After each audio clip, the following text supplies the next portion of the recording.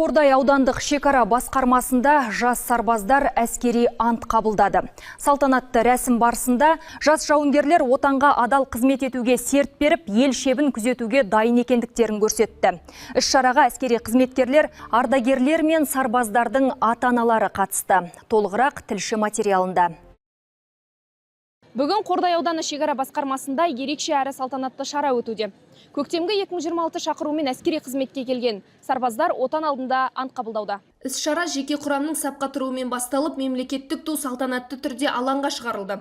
Әнұран шырқалғаннан кейін жас сарбаздар әскери ант мәтінін оқып, елге қызмет етуге дайын екендіктерін білдірді.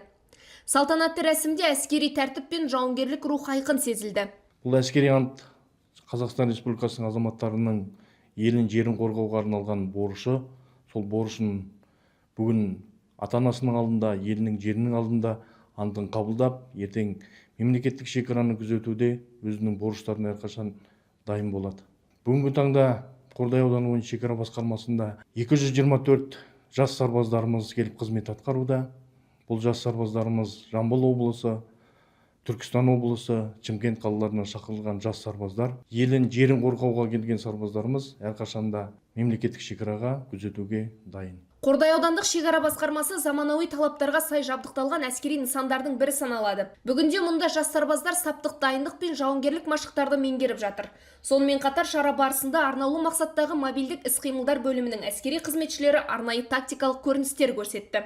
Ал ант қабылдаған жас сарбаздар бұл күннің олар үшін ерекше екенін айтты. Келгенме міне осы 40 күндей болды.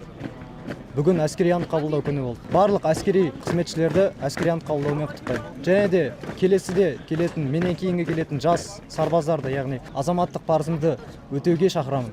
Әскери ант әр сарбаздың отан алдындағы жауапкершілігін айқындайтын маңызды белес. Бүгін серт берген жас жауынгерлер алдағы уақытта мемлекеттік шекараны күзетіп, ел қауіпсіздігін қамтамасыз ету жолында қызмет атқаратын болады. Айгерім Қожабайқызы, Нұрали Абиұлы, Қордай 24 Ньюс.